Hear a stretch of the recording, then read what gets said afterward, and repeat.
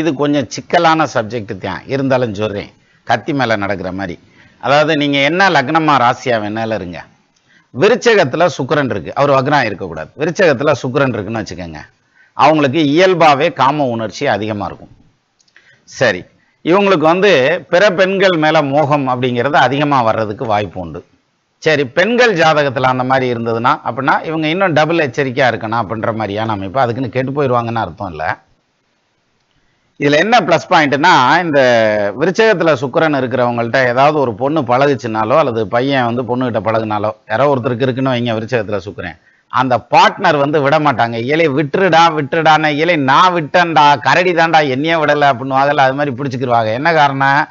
இவங்கெல்லாம் பண்ணுற சர்வீஸ் அவ்வளவு தரமாக இருக்கும்ன்ற மாதிரியான அர்த்தம். அப்போது விருச்சகத்தில் சுக்கிரன் இருக்கா, ஆயகலைகள் 64 அப்படின்னு சொல்லுவாங்கல்ல, அது மாதிரி ரொம்ப திறமையானவங்களா இருப்பாங்க.